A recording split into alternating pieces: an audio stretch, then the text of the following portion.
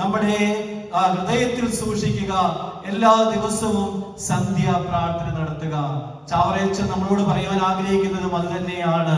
നമ്മുടെയൊക്കെ പൂർവികര്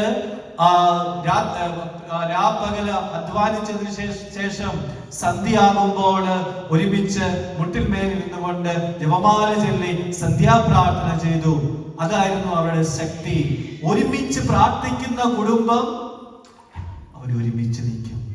ഏതെങ്കിലും കുടുംബത്തില് ശിഥിലങ്ങൾ സംഭവിച്ചിട്ടുണ്ടെങ്കിൽ, വിള്ളലുകൾ സംഭവിച്ചിട്ടുണ്ടെങ്കിൽ നമുക്ക് നമ്മളെ തന്നെ ഒന്ന് പരിശോധിച്ച് നോക്കാം.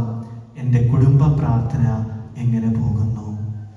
ഒരു പിതാവെന്ന നിലയില്, ഒരു അമ്മ, ഒരു മാതാവെന്ന നിലയില്, ഒരു മകൻ അല്ലെങ്കിൽ മകൾ എന്ന നിലയില് ഞാൻ എത്രമാത്രം പ്രാർത്ഥനയ്ക്ക് പ്രാധാന്യം കൊടുക്കുന്നുണ്ട് എന്ന് സ്നേഹമുള്ളവരെ നമ്മൾ ഓരോരുത്തരും ആത്മാർത്ഥമായിട്ട് ചിന്തിക്കേണ്ടിയിരിക്കുന്നു.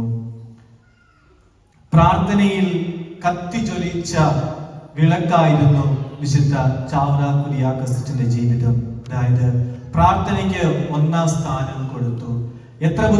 എത്ര ബിസി ആയിരുന്നെങ്കിലും, തിരക്കുള്ളതായിരുന്നെങ്കിലും അദ്ദേഹം പ്രാർത്ഥനയ്ക്ക് സമയം കണ്ടെത്തി.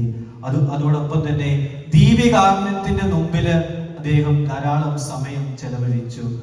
കേരളത്തില് പ്രത്യേകമായിട്ട് 40-ാം മണിക്കൂറിന്റെ ആരാധന തുടങ്ങിയത് വിശുദ്ധ ചാവറ കുര്യാക്കോസ് അച്ഛനാണ്.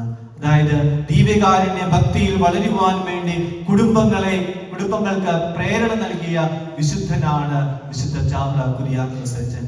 സ്നേഹമുള്ളവരെ, നമുക്കും ഈ ദിവ്യകാരുണ്യ ഭക്തിയിൽ വളരാം. ഒരുപക്ഷെ നമ്മുടെയൊക്കെ ജീവിതത്തിൽ സഹനങ്ങൾ ഉണ്ടാകുമായിരിക്കാം, ബുദ്ധിമുട്ടുകൾ ഉണ്ടായിരിക്കുവാൻ. ആ സമയങ്ങളിലൊക്കെ ദീപികാനത്തിന് മുമ്പിലേക്ക് വരിക.